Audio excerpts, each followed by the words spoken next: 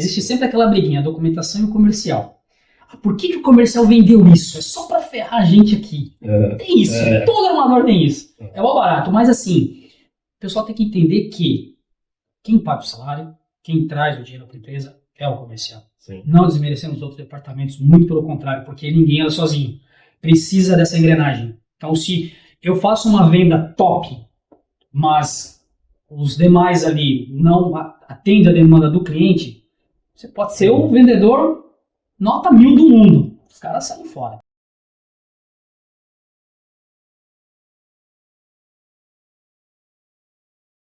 Olá! Seja bem-vindo a bordo do Sem Calado Podcast. Meu nome é Emerson Dias e ao meu lado sempre Evaristo Garcia. E aí, você já sabe, cada episódio tem um grande personagem da área de shipping, logística em geral, vários modais. E hoje a gente está com uma pessoa super especial aqui para contar várias histórias. Já é um dinossauro, eu diria, né, Vavá? Do ramo. E vocês vão conhecer a história dele aqui.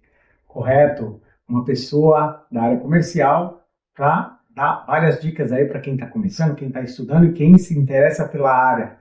Antes de mais nada, peço que todos curtam e compartilhem com os amigos. Conhecimento nunca é demais. É isso aí. Seja muito bem-vindo a bordo. Dario Rodrigues, ele que é executivo de vendas, especialista em Reefer. Isso, boa noite a todos. Boa noite. Muito obrigado pelo convite.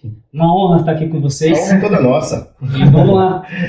Não sei se estou preparado, mas vamos lá. O cara vendedor, como que não está preparado? O vendedor está sempre preparado. É engraçado que a gente sempre fala assim, né? Vamos lá na linha de frente para vender, mas, cara, tá aqui é uma novidade. Então, dá aquele... O pessoal sempre diz o seguinte, igual jogador de futebol. Quando você entra em campo, dá aquele frio na barriga, tá tudo certo. Tá dando frio na barriga, então tá tranquilo. É isso aí. E pra gente começar, a gente quer saber a tua história. Hoje a gente já sabe, a gente conhece bastante a tua história, a gente já sabe a tua experiência, a gente já viveu juntos até, né? Sim. Recentemente aí, grandes trabalhos, né? Treinamentos e tal. Mas como foi que tudo começou? Aonde foi o teu primeiro emprego para você entrar nesse ramo? Vamos lá. Como você falou, dinossauro, né? Então vamos bem lá para trás. Comecei em 97, na área de Comex. O pessoal sempre fala que bebeu da água, já era. E eu comecei em 97 na documentação. Na ocasião era SafePort. Era subagente da MSC. Então a MSC estava programando aí para entrar no Brasil. E eu fazia parte lá da SafePort. Foi onde teve a informação de que a MSC estaria vindo para o Brasil. E eles estariam montando um agente, um subagente, né? E foi aí que eu já estava na SafePort, então peguei a parte ainda cheguei a... Olha só, cara, não sei se é legal falar isso, mas vamos lá.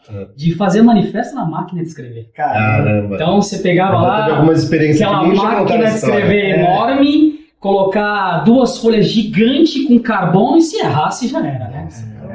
Para pagar era cruel. Então, imagina hoje, com o volume que nós temos hoje, se fosse feito dessa forma. Não, acho que não sei. Acho que teria que ter muita gente para poder fazer isso aí. E aí a MSC veio para o Brasil, montou o subagente, e nós trabalhamos ali, foram 4 anos como subagente, e aí a MSC veio realmente para o Brasil, montou o escritório em São Paulo, na ocasião, e quando a MSC realmente anunciou que ela ia, né, ter a agência própria, eu recebi o convite para a documentação, e aí, graças a Deus, foi uma enorme escola, parte de documentação. Então eu digo para quem quer começar, né, para chegar num comercial, é muito importante você conhecer lá atrás.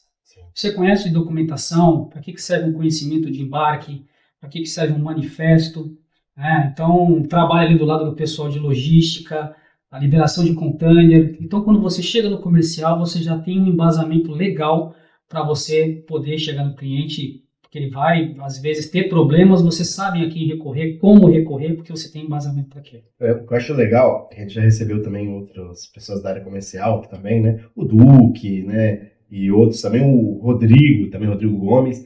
E a história é bem parecida, Danilo Ramos, na verdade. Então, aí são muitas histórias que elas se parecem, né? Vocês começam, né? Passam por vários departamentos e vão aprendendo com grandes pessoas, né, grandes profissionais que atuam, e até você formar para você chegar a ser um grande comercial. Né? Eu vou falar que assim, foi uma grande escola a MSC, sem dúvida nenhuma.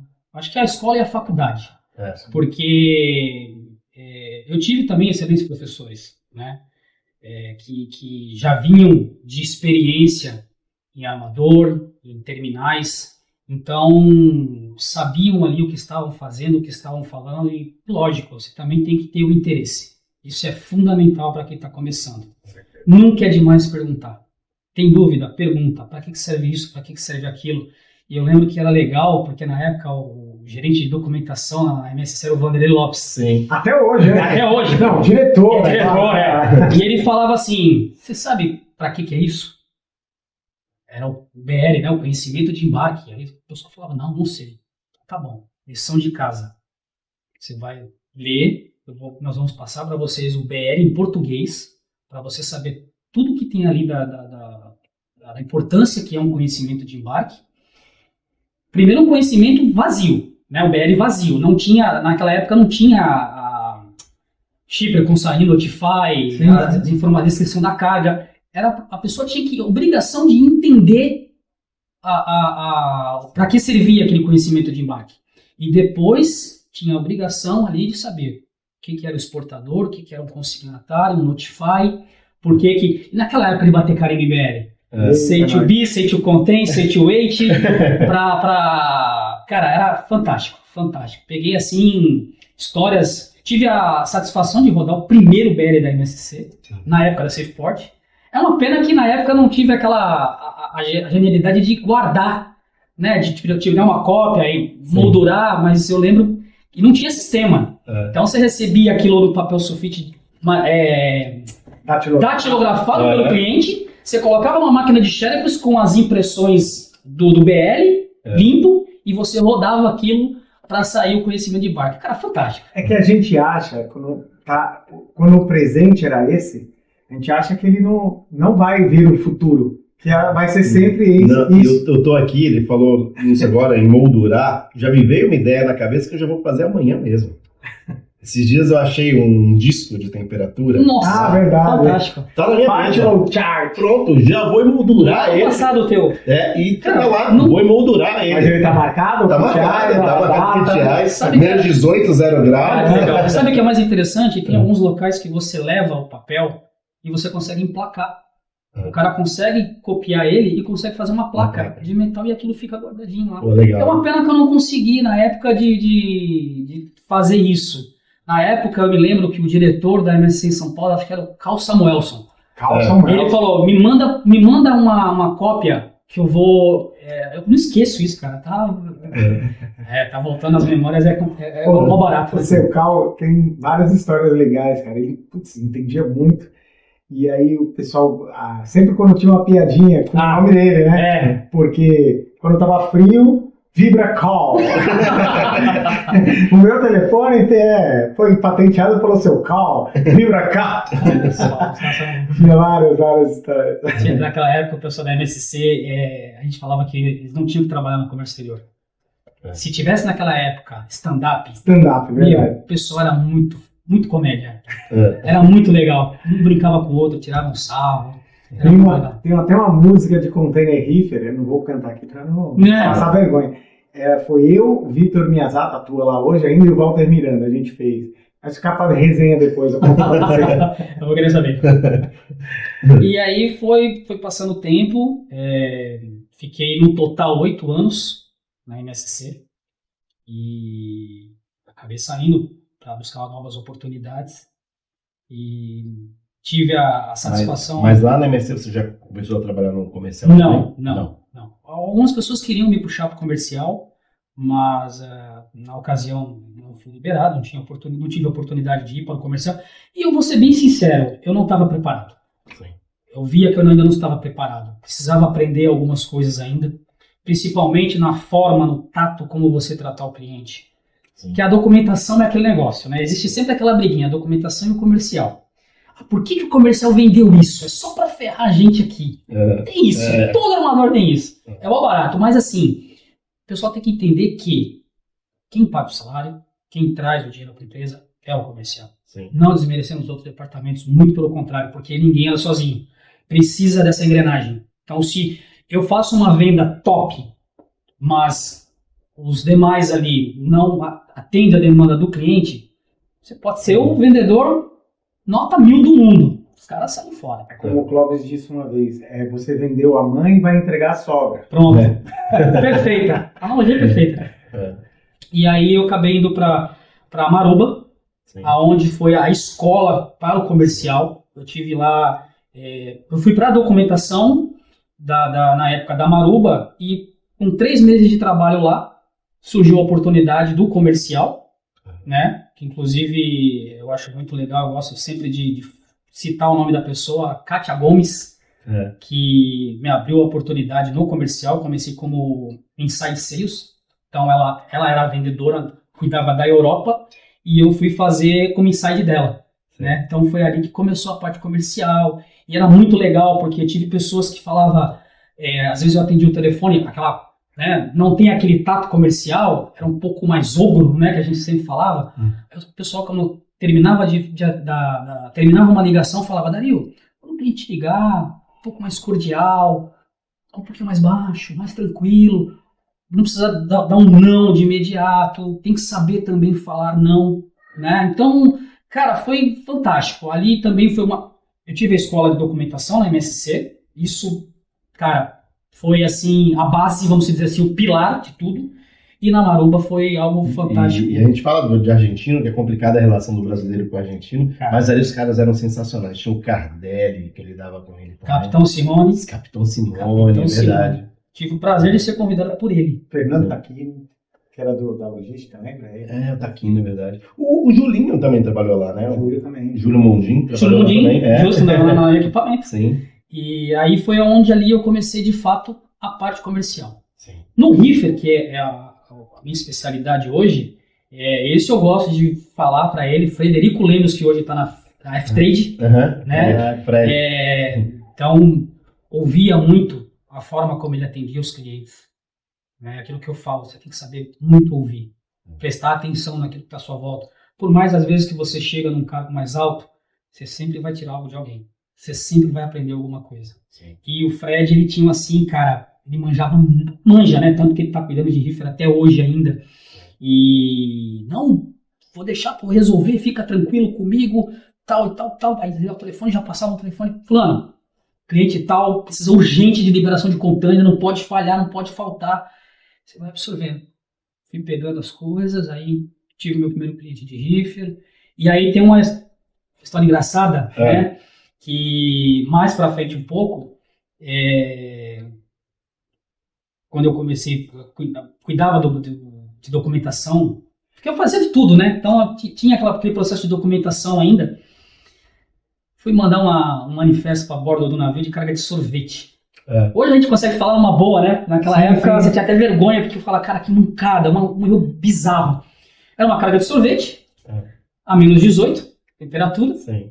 Vou lá fazer o manifesto, a carta de temperatura tinha que ter anexada para ir para bordo do navio. O bonitão faz o quê? Coloca só 18. Nossa. Aí chega a bordo, o pessoal que faz a checagem, né, para poder fazer monitoramento a bordo, olhou o container lá, a pessoa beleza, meteu 18 no container, que tá menos 18 aqui, meteu 18 no container. Caramba, cara. Pegou suco lá fora, né? Nossa, se fosse em palito, só tinha pegado palito. E aí também tive a grata satisfação de também ter uma liderança na época, de chegar e falar, Dario, fica tranquilo, não vai acontecer nada, né? Mas presta atenção, olha só o que é um sinal. É a mesma coisa que a gente faz na prova, né? Naquela época de... Errou um sinal. Se errou um sinal, você acabou, perdeu o exercício.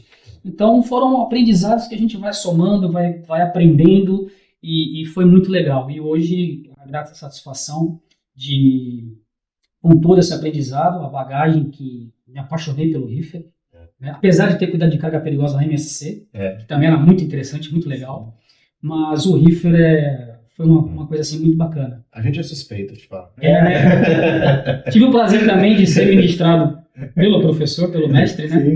Então, também naquela época era bem cru, não manjava nada de Reefer, então chega um cara lá e minuciosamente compressor, para que serve isso, piso de flor, como o container ele é vedado para absorver a temperatura. Então, faz parte da história também. A gente estava até contando uma história hoje, eu estava numa reunião, a gente te lembrando. Teve um armador uma vez, eu fui para uma reunião, e aí eles queriam passar para a gente um trabalho que era para pintar os rifles. Queria pintar nas cores do armador e tal, enfim. Cores bem fortes, né? Não vou dizer quais são as cores, você não vai... No container rifle. Aí eu na reunião, várias pessoas, não, porque a gente já comprou, já temos o dinheiro reservado para isso, vai ficar lindo a parte comercial, tal. Aí eu falei, desculpa, deixa eu falar uma coisa, vocês já viram algum container rifle sem ser branco? Aí todos olharam um para a cara do outro assim, não, é porque é uma questão técnica. O container ele não pode ter uma cor escura que ele vai absorver o calor e vai passar para a carga. Assim. Me chamaram, eu fui até o Rio de Janeiro para essa reunião para iniciar os trabalhos de pintura dos containers. Jogou água no jogo do carro. Perdi a viagem. É porque são muitos detalhes. Isso é um detalhe tão besta, né? E um detalhe que realmente é muito importante. Na verdade, é um detalhe importantíssimo, né? Sim. Porque, principalmente aqui no Brasil, que é um país tropical, clima quente, imagina um container na cor forte. Pois é. É complicado. Verdade. No máximo, você vê um gelo. Não, você tinha, lembra a China Shipping? A China Shipping, um verde bem clarinho. Isso, era, justamente. Era diferencial, mas é uma cor clara, né? Que não absorve calor, né? Mas eu não me recordo realmente de ter nenhum tipo de outro container rifle de outra cor. A caixa não, né? Claro, alguns pintam o maquinário para diferenciar. Igual a Pagloid tinha o laranja, todo laranja e tal.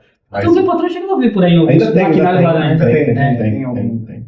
Mas é isso aí. Então, são coisas que a gente vê, pequenos detalhes, né? Que as pessoas não se dão conta, né? Na questão técnica. E você falou da documentação. Eu percebia lá na MSC que sempre o pessoal que subia, pelo menos não sei se era uma regra, subia para o comercial, era de documentação. É assim também nos outros armadores? Na grande maioria. Eu vou falar pelos armadores que eu trabalhei, sempre foi assim. Por conta até de conhecer geografia daquele cliente. Justamente. Isso é uma coisa também muito importante. Na MSC, além do gerente de documentação falar, olha, você tem a obrigação de entender o que é um conhecimento de embarque. Você sabe onde fica a América Central? Você sabe onde fica a Europa? Você sabe onde fica a Ásia? Você tem a obrigação de saber pelo menos os continentes. E os portos. Para você saber realmente o que saber aonde a linha do navio do cliente contratou vai passar. Perfeitamente. Porque às vezes o cara pode ligar para o comercial não atende, mas a documentação de repente pode dar um suporte, né, um inside sales. O cara tem que saber para onde, qual é a linha que o armador está oferecendo, para que destino que ele pode ofertar. Às vezes ele pode fazer um determinado trade para o Oriente Médio, mas não faz um determinado porto. Uhum. Então tem essa sim. Com relação a essa pergunta, fantástica, na maioria das vezes sim, puxa da documentação, porque o cara já sabe do sistema, às vezes já sabe o jeito do cliente, mas também tem aquele negócio. Tem que ter o perfil comercial. Que às vezes o cara quer ir para o comercial, mas ainda não tem o perfil. Como aconteceu comigo no começo na MSC. Eu ainda não tinha um perfil comercial. Né? O pessoal falava, eu tenho que amadurecer um pouco mais, você tem que aprender um pouco mais. Então, já teve casos, por exemplo, deles puxarem alguém da Demurge, alguém da logística. Né? Já vi esse tipo de experiência. A pessoa ter o interesse de querer ir para o comercial. Né? A pessoa, às vezes, o cara, de repente, você tem um monstro dentro da pessoa lá, que o cara é um vendedor nato, tá dentro dele. Só precisa da oportunidade. Sim. E precisa querer. Então, eu tinha uns casos do cara chegar e falar assim, pô, Daniel, podia pintar uma vaga no comercial, né? Gostaria de trabalhar no comercial. Você gostaria? Gostaria. Aí você dá um toque pra pessoa. Então vamos fazer o seguinte, já começa a fazer assim, sabe? Quando o cliente ligar, um e-mail que você responde, né? Bom dia, estamos checando, obrigado, vamos averiguar para você. Não dá. Então tem todo um trato ali bacana para você atender o cliente. E vamos e convenhamos. Falando do rifle especificamente, nós estamos lidando com os maiores exportadores do Brasil. Uhum. Vamos falar aí de proteína. Sim. Né? Mundiais. Mas você tem o suco, você tem as frutas. Sim. Então, assim, cada cliente na sua especialidade, todos são importantes. Sim. Todos são importantes. E além de você estar levando o nome do Brasil lá para fora, você está levando o teu nome para o cliente, porque não é só o nome da empresa, a bandeira da empresa que você trabalha, Sim. certo? Mas é o seu nome também. Isso é muito importante, muito importante. Então, eu tive a grata satisfação desse tempo, desse período trabalhando no Reefer, de ter esses clientes assim, que graças a Deus até hoje a gente troca ideia no WhatsApp, é muito legal. Como é que você tá? Tá tudo bem? Como é que tá o mercado? É muito bacana isso, porque você faz o network também fora da parte comercial, da parte executiva. Então, é muito legal isso, você ter pessoas, né, que agregam no teu crescimento. E tem muita gente aí que, se eu parar para falar dos clientes, eu até não vou citar nomes para não esquecer nenhum cliente, para não falar, pô, o Dario não lembrou de mim e tal, mas, cara, todos, graças a Deus, tem um carinho muito especial. Aprendi muito com todos eles. E é engraçado, né? Ele às vezes sai desse cliente, vai para outro e mesma especialidade, mesmo jeito. Você cria laços, né? Bacana pra caramba. Isso é muito legal. Então, é fantástico. O mundo do Reefer, acredito também que os outros tipos de mercadoria também existe esse tipo de situação, mas é muito legal. E é aquele negócio, né? Quando você pensa que às vezes está dando tudo certo, aí começam os problemas. Máquina, né? Máquina dá problema, né? Sim. Sabe muito bem que bom, disso. né? Porque se container Reefer não desse problema, eu não estaria completando 30 anos nessa área. Precisa de alguém para consertar, né? Pois é, e eu sempre falo, o segredo do sucesso é você, primeiro, vender o que você tem. Nunca queira vender o que você não pode entregar. Isso é muito importante. Então, eu já tive casos do cliente, às vezes, me ligar e, Dario, preciso de mais um container de espaço, pelo amor de Deus, um container, navio cheio, over. E eu já tenho nós já tínhamos aquele estudo de saber quanto de queda eu vou ter, para, de repente, já ter uma carga ali por trás de backup para suprir essa queda. Mas eu já tinha fechado já esse backup e é muito legal você falar o não para o cliente do que você, de repente, fala que vai atender e de última hora você cancelar um book, de última hora você falar que não tem container. Isso é muito complicado. Sim. Então, tem que ter muito cuidado porque o tipo de mercadoria que o cara vai mandar lá para fora, o contrato que ele tem, o volume que ele precisa entregar. Então, é muito interessante isso, você ser bastante sincero, bastante honesto, de falar o sim, o não, explicar o não, mas o mais legal é quando você faz essa parceria, porque a parceria não é só do lado, é dos dois. Sim. Lógico, nós como fornecedor, né, o prestador de serviço, você tem que atender aquilo que foi acordado. Né? A não ser que aconteça os pormenores. Problema de atraso de navio, mas por que teve atraso? Ainda tive a guerra do Mar Vermelho, os problemas da Covid, então, o Evergiving, e acaba afetando a logística. Então, você tem que também explicar isso para o cliente poder, ele, com essa informação, avisar o cliente final e falar, olha, está tendo um determinado problema, está aqui o que o armador passou, então não é um problema do cliente que ele não está atendendo a demanda. Existe um problema por trás. Então, é muito importante deixar muito bem o cliente informado de todas as situações. Né? Então, isso é fundamental. Isso é fundamental. E é onde eu falo da parceria. Que às vezes você já adianta uma situação para o cliente Dario, fulano, tá tudo certo. Quando já normalizar a situação, só que eu preciso que você tenta agilizar para a gente, né? Tenta acertar. Tenta dar uma acelerada no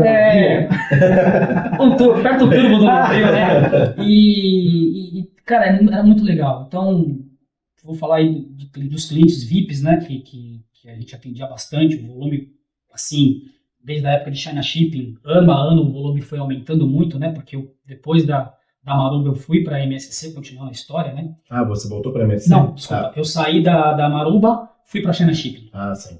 Aí eu já fui como vendedor mesmo, saí do Insight e já fui como vendedor, né?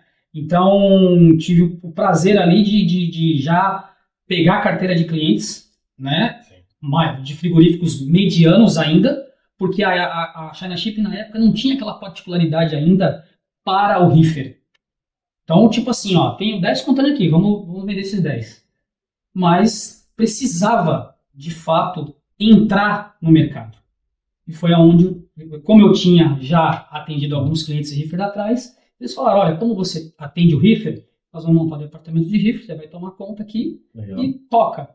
Né? Então, ela atendia naquela época, no começo, com o que tinha. Se ela recebeu tanto de importação, justo, ela vendia aquilo. Exatamente. Era aquilo que dava para trabalhar. Né? Então, lógico, já sabia que existia um volume X que vinha, então já dava para vender aquilo. Já contava com aquilo, sabia que dava para atender um determinado cliente. Mas não era a especialidade. Tanto que a especialidade era encher navio muito. O dry era uma coisa muito forte. Né? A celulose, o algodão, tabaco. Sim. Era fantástico, o volume era fantástico. E aí foi quando começaram a ter a ideia de realmente começar a trabalhar o Reefer. Teve a fusão em 2016, China Shipping e Cosco. Aí deixou de ser uma coisa mediana para uma coisa mais... Houve uma primeira fusão, China Shipping e outra, não foi? Não foi aquela árabe? O ASC, não? Não. A ASC, ela tá na Rapag-Lloyd. Eu acho que era, se não me engano, você tá falando da Core. Não é? Acho que sim, Teve uma outra que fundiu. Não estou assim, não, mas fundiu com a China, né? A Core, ela tá, acho que se não me engano, não sei se eu tô falando besteira, pelo amor de Deus. Mas acho que a Core atendia, acho que a China Shipping, se não me engano, e aí... Acho que tinha alguma coisa, uma coisa do tipo, E daí... E depois a Cosco. Isso. Aí a Cosco, em 2016, fundiu. O pessoal aqui brinca muito que o imperador lá falou, chega de brincar de ter dois cursos, vamos juntar tudo. Até essa é uma dúvida. Tudo é do governo chinês, tanto a China quanto a Cosco? Não é 100%. Não. Tem uma porcentagem que é do governo. Certo. Né? E aí a Cosco veio realmente, já tinha um certo volume de Reefer China Shipping, e aí os caras vieram com agressividade monstro, né? Foi muito legal. Bastante... Aí foi o MBA. A gente brinca que eu tive a escola MSC, faculdade, aí vamos dizer que China Shipping Cosco foi o MBA. Até só uma pergunta que eu te fazer. Você trabalhou, saiu do MSC, tudo bem, mas quando você foi para Maruba, era quase que um armador familiar, né? Sim. Então era pequenininho e tal, então você conhecia todo mundo. Aí depois você muda para um chinês também, que é totalmente diferente. Como é que foi essa diferença aí? Impactante. De mentalidade, né? Foi impactante, porque você sai de um armador europeu forte, bem forte, com um segmento, né? E tem a particularidade também. Também que é a particularidade deles, né? Aí você, como você mesmo disse, vai para um armador pequeno, familiar. Mas, cara, eu vou ser muito franco. Era um armador pequeno, mas de uma qualidade absurda. Sim. Tinha poucos navios, mas tinham pessoas fantásticas, que entendiam da coisa, fazia a coisa acontecer. E é engraçado, naquela época ainda não tinha sistema. Confirmação de book era no Excel, sabe? O número de um book você marcava no Excel. E olha, eles foram crescendo, foram aquela coisa ali de evoluindo com a tecnologia naquela época. Vai ver, para quem manifestava na datilografia, depois começou a fazer book em Excel, né? Então, cara, era um armador familiar pequeno, mas ele tinha uma preocupação com a qualidade. Eu vou dar um exemplo. Na própria Reeferbras, nós fazíamos o PTI do container, preparávamos, acompanhávamos até o exportador, embarcava, e ali não terminava o nosso trabalho. A Maruba colocava os técnicos a bordo e a gente seguia a viagem até o destino final para entregar o container. Então, se desse qualquer problema a bordo, tinha técnicos da empresa que fez o PTI para poder reparar o container a bordo. O Evaristo mesmo, foi 6 vezes. Foi 6 vezes para a Europa embarcado. Olha só. Cuidava, monitorava de manhã e outra de tarde. E eles tinham spare parts a bordo, tinha ferramenta. A ferramenta tem que ter, não pode quebrar. Qualquer tipo de ferramenta que você imagina tem lá, você consegue. Então você vê a preocupação, o armador pequeno, eles eram tinha essa preocupação. Eles eram fantásticos. Era como você falou, a qualidade. E como eu falei, como ali foi onde eu comecei na parte comercial, então eu tive também ali pessoas, sabe, muito bem estruturadas naquilo que estavam fazendo, no que estavam falando, e eu levei também um pouquinho de cada um para a minha vida, né, profissional. Tá. Muito legal. E voltando, né? Depois para o armador asiático, Sim. cara, É um choque de cultura. é um choque de cultura. Os caras são fantásticos também, né? Não é à toa que Crescimento absurdo. E eles têm essa particularidade também, né? De cuidado com o cliente, a satisfação do cliente ali com a empresa. Isso é muito interessante.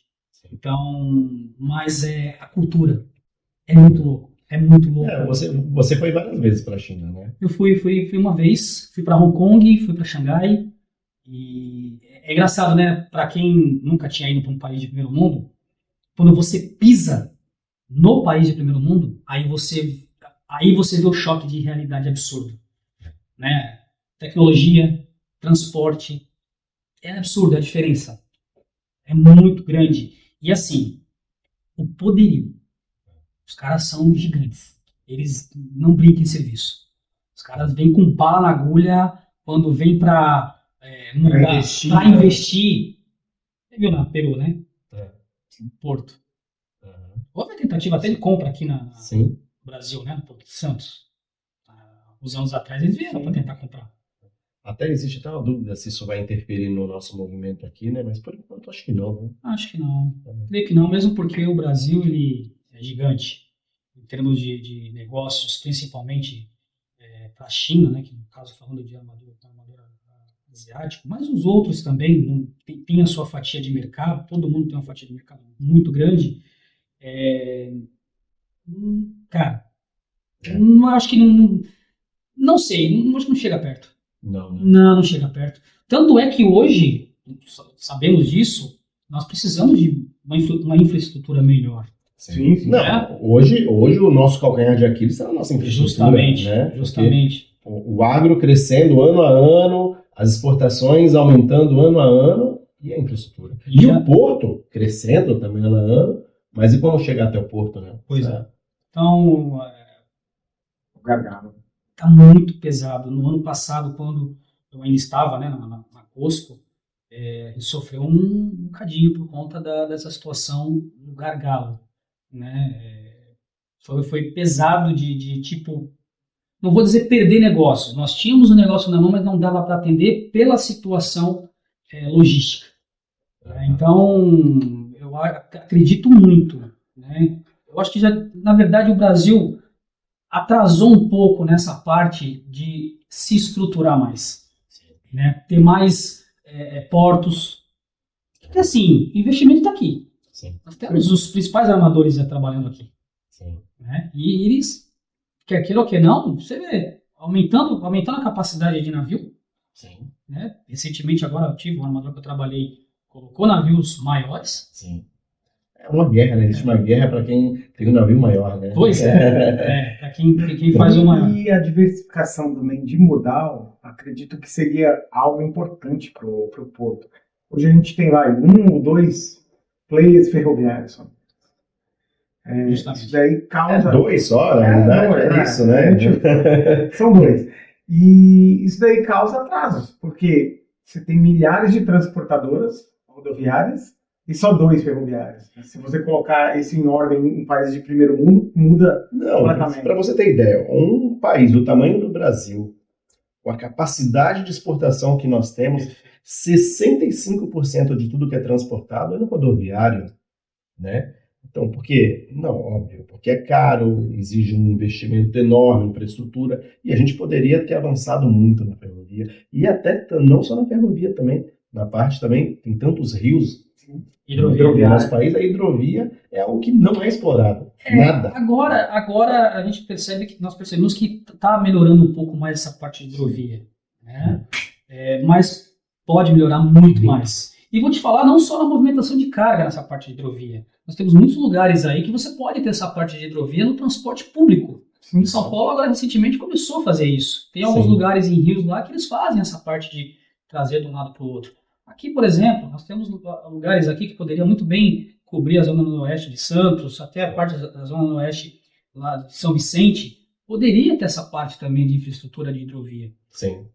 teve alguma coisa do tipo 2 anos atrás de Existem estudo, vários projetos. mas não sai, não avança. É interessante, porque poderia ajudar muito, né? Então, mas às vezes não avança, eu acredito, por conta do custo do investimento e também em quanto tempo quem investiu vai recuperar. Não daria para fazer uma linha direta, Praia Grande, por exemplo, Guarujá, que você tem que atravessar praticamente 2, 3 cidades para poder chegar. Você poderia sair ali da Vila Mirim, uma linha reta e sair na praia em Guarujá, por exemplo. Tem muita coisa que daria Tem para fazer. problema de rios assoreados também. Quando foi feita essa pesquisa também, o pessoal começou a avaliar a viabilidade de você navegar, né? Então, por exemplo, poderia ter aqui no Brasil uma linha ferrovia turística do norte ao sul do país. Sim. Né? A gente tem tanto exemplo lá fora, um trem-bala. Não, e do jeito que o nosso país é lindo. Cara, tem muito. Eu já viajei de trem da Estação da Luz de São Paulo. Tive o prazer de pegar ainda trem de ir até quase no Mato Grosso de trem. Sim. E, cara, você vê cada coisa. Você fala, é inimaginável o negócio. Sim. E você saber que poderia ser... E acabou, tá? Não tem mais essa linha de trem, não tem mais. Meu pai falava muito isso. Meu pai cansava de pegar o trem Santos-Jundiaí. De subir a cabo, né? O trem ele era puxado a cabo. Sim. E, cara, por que não manteve isso? Poxa, é fantástico a vista na Serra do Mar. Né?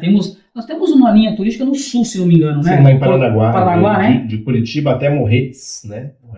E mostrou outro dia na televisão, eu não sabia. É top. E, cara, a vista é fantástica. E não só por isso, até de mobilidade, de repente. Poxa, imagina se a gente tivesse um trem-bala saindo daqui do sudeste para o nordeste. Nossa. Né? Pessoal, de repente, é um atrativo. Sim. Não digo nem de custo, vai ter uma parada ou 2 paradas para... Perfeito, seria muito interessante. Sim. Mas eu acredito muito, é uma pena que ainda, eu estava vendo uma reportagem esses dias, parece que já tem alguns portos já engatilhados, né, para serem feitos aqui no Brasil. O ruim é que ainda a demora. Ainda vai ser aquela coisa burocrática de documentação, com o meio ambiente, vai ainda levar um tempinho para as coisas poder começar a fazer, até começar a funcionar. Dario, para você ter ideia, o projeto do STS-10 aqui em Santos, depois que ficar pronto, o Porto de Santos ele vai subir de 40º tanto para a casa dos 20 maiores do Brasil. Imagina. Aí você tem um crescimento desse e não tem uma terceira via para poder escoar, uma estrada para poder escoar essa carga, para descer para Santos. Então, a infraestrutura tem que andar junto com esse crescimento portuário. Né? Por exemplo, hoje, né, nós temos as 2 rodovias da Imigrantes. Já está se falando que vai ter a terceira. Mas aí eu pergunto, não precisa ser nenhum especialista para você ter esse raciocínio. Você vai ter, vamos supor que vai ter 2 rodovias para descer e uma para subir, ok. E quando chega aqui embaixo? É isso aí, gargalo. O gargalo vai continuar? Pois é. Por exemplo, eu passei hoje na Anchieta, a marginal, né, que fizeram agora só para caminhão, tudo parado. E logo já estava entrando já na parte da rodovia que já ia começar a congestionar. Sim. Eles vão ter que fazer alguma coisa também para melhorar isso, porque não adianta você ter vamos dar um exemplo, tira os carros da Anchieta e vai ser só caminhão. Pô, vai dar uma melhorada, só vai ter caminhão na Anchieta? Ok. Vai aumentar um pouco o volume? Vai. E quando chegar aqui embaixo? Gargalo. Vai ser complicado. Então tem que mudar muita coisa. Você falou tá bom, vamos lá, construímos mais 2 portos. E por detrás a infraestrutura. É complicado. Mas é isso aí. Bom, agora a gente vai fazer uma pequena pausa só para a gente acompanhar aí os nossos patrocinadores e apoiadores que dão todo o suporte pra gente, que estamos na 2ª temporada do Sem Calado, hein? Quem viu a gente começando, né, um tempo atrás, quanta gente veio aqui, quantas grandes profissionais, né? Mais um aqui agora com a gente, então... Verdadeira aula, quase que a gente não consegue fazer um intervalo. É gratificante demais pra gente, eu estou muito feliz com esse projeto e agradecer a todos os nossos patrocinadores e apoiadores que fazem isso acontecer.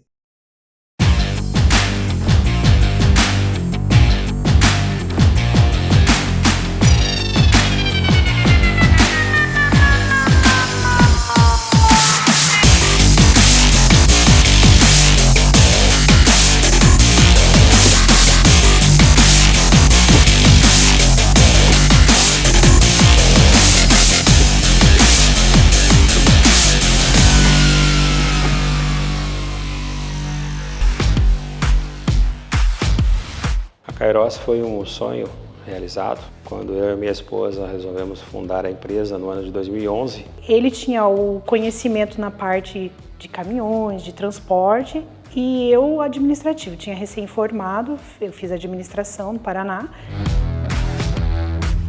Com muita fé, coragem, e acreditamos no projeto. E hoje já estamos aqui há 13 anos. O meu forte mesmo é a parte financeira, mas a gente acaba acompanhando, né? Acompanha as compras de caminhões ou troca de veículos, manutenção. O transporte sempre esteve na minha família, tá? Na época do meu pai, quando eu era criança, meu pai sempre teve caminhão, transporte. Nós atuamos no transporte de containers, importação e exportação. Também atuamos com entregas dentro do território brasileiro, em carretas Sider e baú. Atuamos com serviço de terminais de containers, para stacking de containers cheios. Trabalhamos com armazenagem de cargas em geral. O João ofereceu para nós, na época, o primeiro consórcio. E acreditaram no nosso projeto, acreditaram na empresa e compramos o primeiro. E depois que aprovou o primeiro, foi o segundo, o terceiro, e eu só tenho a agradecer o Grupo Carbone, a marca Iveco. É uma ótima parceria, tá? Tudo que eu preciso deles eu consigo, principalmente o pós-venda, é muito bom. 5 SV nós temos. Um ótimo desempenho, tá? Eu notei uma grande evolução no veículo. Eu acredito que a Iveco conseguiu trazer tudo que a gente falava com eles a respeito de algumas modificações nos veículos, elas foram feitas e adaptadas para a nossa realidade. Então é uma cabine muito confortável, uma cabine linda e oferece todos os confortos necessários para o nosso motorista, e ele apresenta muitos resultados positivos no faturamento da empresa e não tem nada para falar de mal desse caminhão, porque é uma excelente marca e um excelente modelo. A Iveco acertou em cheio.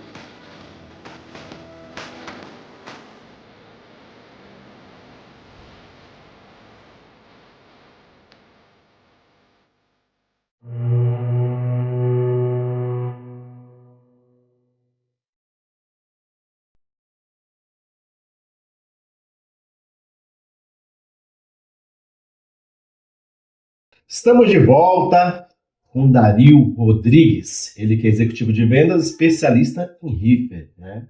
Contando pra gente toda a sua trajetória profissional. Agora, Dario, falei que você é especialista em reefer, tá? Como é que funciona todo o processo do reefer, desde o início até o momento do embarque, ou até o ser entregue ao cliente? Como é que funciona? Então, vamos lá. O cliente faz toda a negociação, né, com o armador, daquilo que ele vai movimentar de volume por semana, e aí nós fazemos preparamos um documento interno, né, para o time de logística, que é um forecast, do volume que vai ter de embarque, para que ele possa fazer a preparação dos equipamentos. Sim. Então o equipamento vai passar pelo processo de PTI, né, verificação se o equipamento está em condição perfeita, se está funcionando, para poder atender às exigências do cliente. E dali o cliente leva para a planta, faz estufagem, muito importante. O cliente também ter uma voltagem correta, porque acontece muito do cliente levar o container para a planta e chegar lá e falar: o container não está funcionando. E às vezes o container está em perfeita condição. Né? Eu tive muito caso de equipamentos zeros, equipamentos novos que chegaram da frota, e chega na planta o cara fala: ó, Dario, pelo amor de Deus, fala com a tua logística aqui, o container não está funcionando e tal. E aí vai verificar a tomada. Sim. Tá no 440? Não tá. Então, ó, tem que ajustar a tomada e tal. Eu acho que hoje não é mais tanto isso, né? Mas no passado tinha muito isso. É porque o que acontece? Essas plantas, elas são preparadas com 380 volts, Isso. que é os caminhões frigoríficos que trabalham com 380 volts. Né? E é uma tensão padrão de fornecimento das concessionárias no Brasil. E aí chega o container reefer com 440, você tem que preparar uma tomada, né? Então você tinha assim um local assim com 100 tomadas. Isso. 80 eram 380, 20 era 440. E aí você imagina, né? Você pega um cliente VIP. Nossa. Eles não estão falando de um armador só. Né? Vou dar um chute aqui. O cara tinha lá 60, 70 containers para embarcar na semana. E o cara falar que os containers estão com problema. Pois é. Então, assim... Então, tudo foi sendo estruturado. E também eu acho que faltou um pouco de comunicação também já dos novos equipamentos. Sim. Aceitar esse tipo de... É porque antes os equipamentos ele eram mais parrudo. Então Exato. você ligava um container 440, 380, Não queimava ele não queimava na hora. tá? Mas você começava a ter desgaste dos componentes eletrônicos, né? Mas ele ainda funcionava. Então, o problema ele não aparecia na planta do cliente. Ele poderia aparecer depois à frente, aí, em alto mar, durante a viagem, mas naquele momento não. Aí vieram os modelos mais novos, eletrônicos, com sensores, e aí começou a aparecer alarme e não funcionar. E aí virou caos. Então tinha todo esse cuidado. O time de equipamento era fantástico, né, que atendia a gente na última armadura que eu trabalhei, e os caras eram bastante técnicos.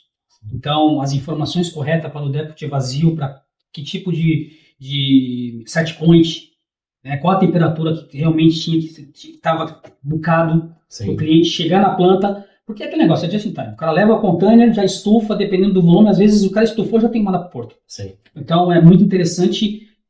Já vim correto desde o início. A gente sempre brincava o seguinte: começou errado, vai terminar errado. Era muito interessante isso. Então, esse basicamente era o processo. Container em perfeitas condições para atender o cliente, né? E voltar para o porto, também no próprio porto ter o monitoramento. Sim. Isso é muito importante. E, lógico, existia por trás, quando tinha o tipo de problema, tinha lá o técnico que a gente acionava para poder atender a qualquer falha que tivesse. Você falou em algo muito interessante, esses checkpoints, né? Cada um que recebe o container fazer o seu checkpoint. Justo. Checkpoint na saída do depósito, de vazio, a chegada no cliente, que eles conferem, eles fazem um pré-cooling para conferir se o setpoint está correto, se umidade, ventilação, entre outros. E também no porto, né? Isso é importante também. E no navio, né? Perfeito. Tem também o check-up. E tem também aquela parte do tipo de carga que às vezes não é estufada diretamente de uma planta frigorífica, que às vezes ele tira por exemplo, o suco, dá muito isso, né? Sim. O cara tira lá o tambor, não faz uma estufagem da câmara frigorífica para o container diretamente, aí tem um problema de hot stuffing. Às vezes chegava aqui no porto, o cara falava, a temperatura não está chegando no que foi programado. E não vai chegar nunca. E não vai chegar nunca. Então, tem que ter muito cuidado, esse preparo também, esse cuidado. E os terminais também preparados para treinar o operador portuário, de avisar, olha, chegou um container aqui, a mercadoria é tal, e aí você já mata a charada. Processo de hot stuffing, né? Então, até o container fazer o processo todo dentro da carga para resfriar. Porque o container, o reefer não foi desenhado para baixar a temperatura, foi apenas para manter a temperatura de transporte, né? É complicado. Essa frase que ele falava no curso, né? Ele frisava bem. E vocês ofereciam, vocês ofereciam também esse tipo de suporte para o cliente através da equipe operacional, terminar, oferecer suporte para o cliente, treinamento também para os clientes na planta? Na realidade, falando desse último armador que eu trabalhei, não era preparado, não tinha essa parte de curso na planta. Sim. Mas nós tínhamos o nosso fornecedor, né, a própria Riferbras, que falava, Dario, a hora que você quiser trazer os clientes aqui para que a gente faça uma explicação ali técnica, né? Porque às vezes a pessoa trabalhando dentro do escritório, né, naquela correria de fazer só documentação, ou então somente de estufagem de container, não tem conhecimento da parte técnica. E isso era fantástico. Até hoje vocês fazem isso. Fazemos. Né? Não, isso é muito importante, até pela questão que você citou do checkpoint. Né? Em cada ponto você elimina os riscos de ter uma falha. O exemplo que você citou no teu início de carreira ali do sorvete. Se houvesse um checkpoint, na hora que tivesse na planta para carregamento, eles já iam perceber que o setpoint estava errado. Perfeito. Saiu de lá, chegou no porto, iam perceber no porto. Passou pelo porto, chegou no navio, em algum local ia perceber, não ia esperar chegar no destino final. Né? E hoje os armadores estão... Isso é fantástico. Alguns armadores têm um tipo de ferramenta onde os containers já vêm com sensor, né, um monitoramento. Então, acredito que os clientes têm que comprar, no caso, esse tipo de serviço, onde ele consegue fazer o monitoramento desde o container lá da planta. Sim. Em alguns casos, até quando tira o container vazio. Ele consegue ter um gráfico que ele... Até é engraçado, parece o Waze, né? No caso da Costco, era muito isso, parecia um Waze. E aí você podia fazer o rastreamento aonde que esse container passou, cidades, e os picos de temperatura que teve. No caso, por exemplo, quando houvesse qualquer divergência, o cliente, no próprio e-mail dele, já recebia um tipo de informação. Olha, o container alegou um tipo de informação aqui que não confere com a temperatura que você precisa trabalhar. Já mandava para o comercial e a gente acionava o M&R para poder já saber que quando chegasse aqui, ou então de repente falar, ó, onde quanto ele está parado num posto tal. Até mesmo para roubo de carga. Perfeito. Você consegue rastrear, né? E os cabos? E os cabos. E essa é outra história, né? Nem vamos à frente, isso é uma longa história que meu... Mas vamos lá. Agora, você já contou uma história engraçada há pouco já, né? Mas tem mais alguma? Tem várias? Tem algumas. Quando eu fui para Hong Kong, né, na feira de fruta, lá os taxistas não falam inglês. Sim. Né? Então, você tinha que mostrar no celular, pegar o celular e falar, ó, contava para eles, né? Então eles falaram, beleza. No retorno, porque quando eu fui com uma carona com o pessoal, tal, né? Tava todo mundo junto lá, eles tinham uma van. Na volta não deu para voltar todo mundo nessa van, o pessoal dispersou, um sai mais cedo, um sai mais tarde. E na volta eu vim sozinho no táxi. Cheguei pro taxista, aí ele foi malandro comigo, né? Me deu um chapéu ali. Apontei onde eu queria, no hotel tal, do centro de Hong Kong. Tá chegando no centro, já comecei a pegar minhas coisas e tal, já tava muito perto e o cara passou. Passou direto. Aí eu, please, here, stop! E o cara, gente, acho que uns 8 km a mais. 8 km? Tive que voltar andando com sacola de brinde, com a minha mochila que eu tinha levado. Essa foi uma... Geralmente a mochila do comercial não é LED. Pois é.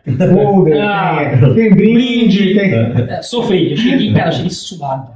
E eu tinha tinha um jantar logo em seguida. E o pessoal ligando, cadê você? Eu falei, ó, tô num lugar que eu não sei onde é que eu tô. Eu só sei que eu tô seguindo o mapa aqui. Tô chegando, tá perto. Daqui uns 40 minutos eu chego. Nossa, cara. E uma outra foi muito engraçada, cara. Ali foi um pouco inocente até. Fui pra Berlim, na Alemanha. O Alexandre Rocha sabe muito bem dessa história. Eu cheguei na conexão em Frankfurt, bagagem despachada na conexão, né? Que ela já sai do avião e é despachada pro próximo voo. E eu tava com a mochila, notebook, carregador, tranquilo. E chegou na hora do raio-x, passou, aí eu fui pegar a mochila e ele falou, posso revistar? Claro, pode. Ele abriu, aí ele pegou uma fita, né, negócio da droga, né, passou por dentro, olhou, tranquilo, aí ele começou a tirar notebook, carregador, o mouse, aí ele pegou e puxou um perfume, né, e aí ele pegou o perfume assim, ó, cara, e eu era um alemão, uns 3 metros de altura, eu pequenininho, né, que eu não sou alto, aí ele olhou assim, olhou pra mim, olhou de novo. Eu fui pra Alemanha, que lá já tinha tido aqui a Segunda Guerra Mundial. Gente, muito engraçado. Era um perfume em formato de granada. Só que assim, era todo dourado. Mas era um formato de uma granada. Cara, e o seu Alexandre Rocha, lembra disso? Eu passando um sufoco lá, o cara olhando pra minha cara, eu falei, pronto, eu vou ser preso aqui. O cara falou, ó, tá tentando invadir quer a Terceira Guerra Mundial. Eu já tomava na mão dele.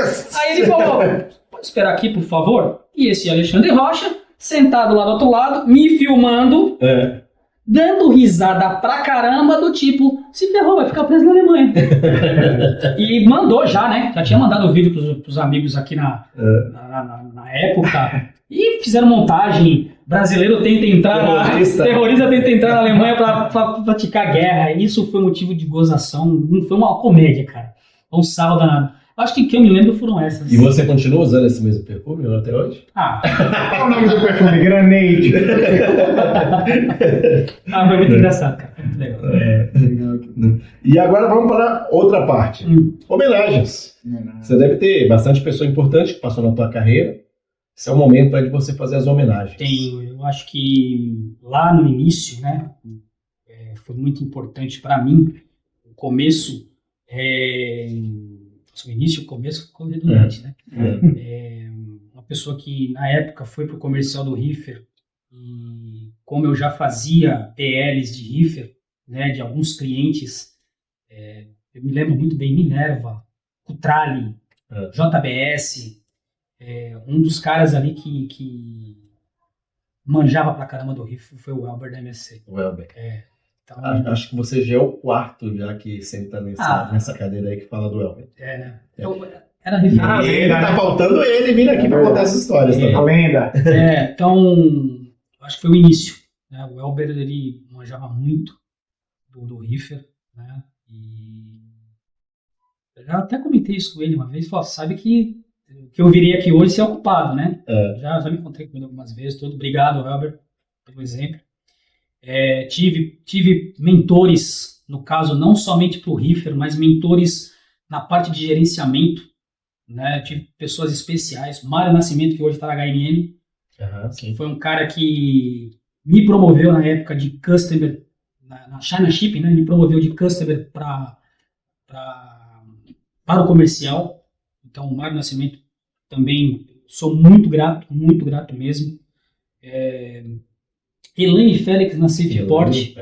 Elaine Félix na SafePort, porque na Maruba, porque assim, mas peraí, Dario, você saiu da Maruba, você era comercial e foi para China Shipping, não era comercial, eu fui para customer, porque era a oportunidade que tinha na época, que a Maruba estava fechando. Sim. E o Mário me fez o convite e falou, Dario, tem uma vaga aqui, mas é para customer.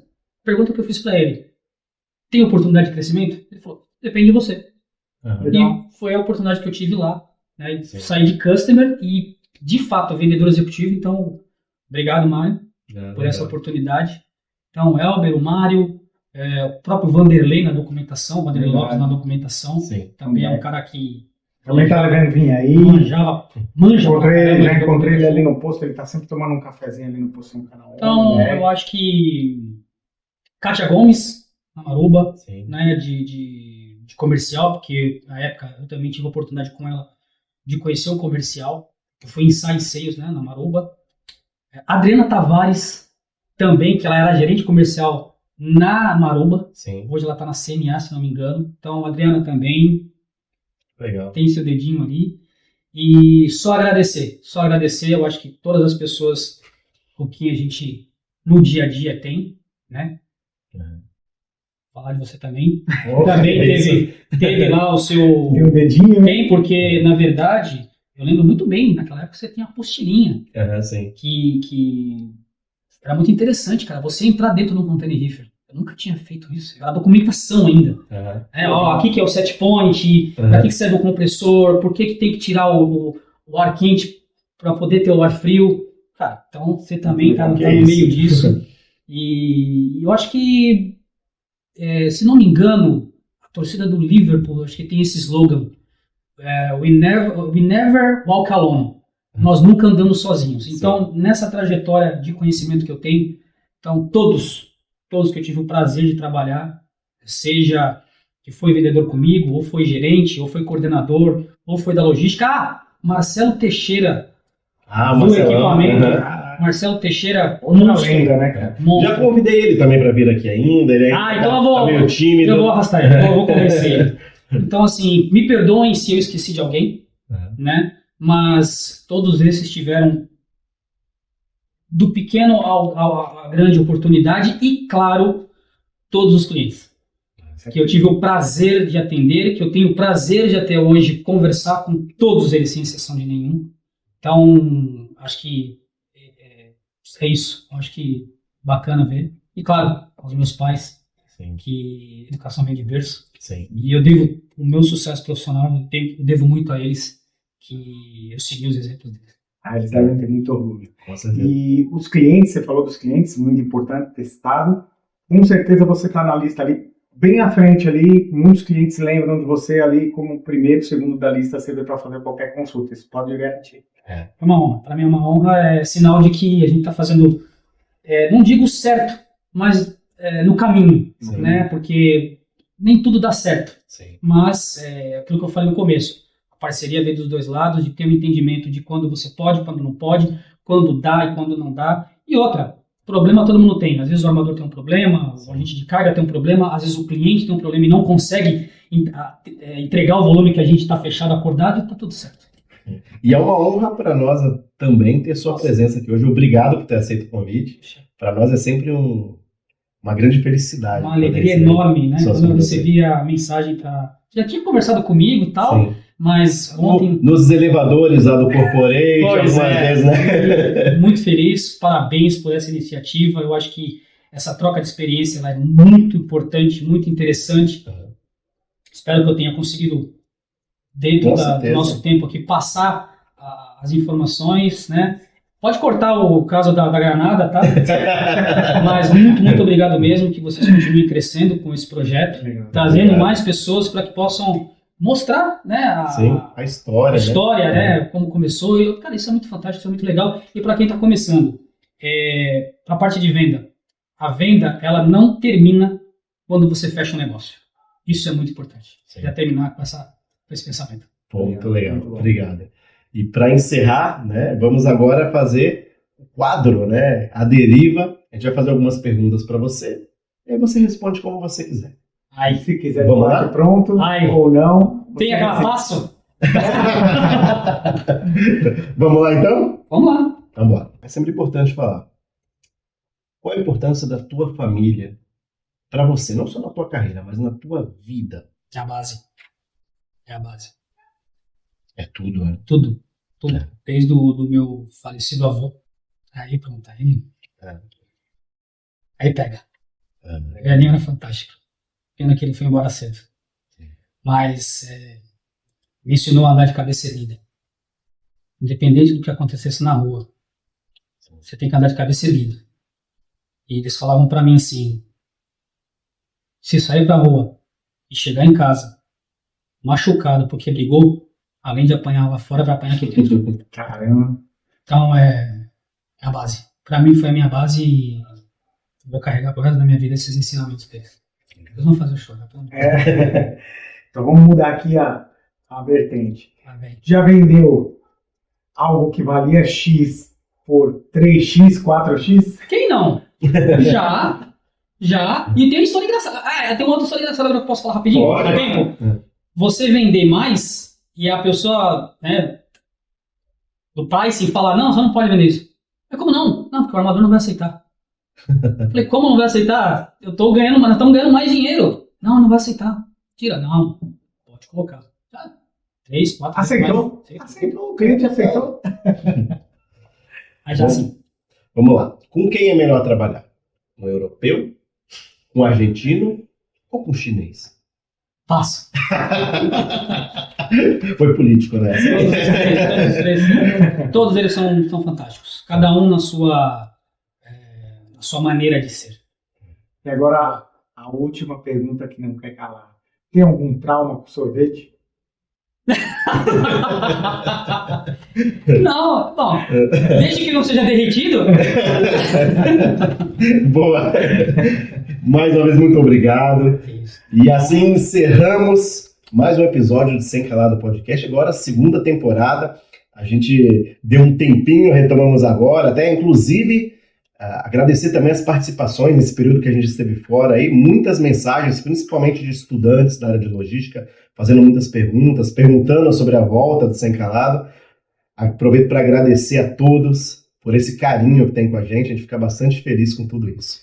Também quero agradecer por estarem a bordo conosco nessa jornada e lembrar de seguir, compartilhar e se inscrever no YouTube e no Spotify, que estamos também lá.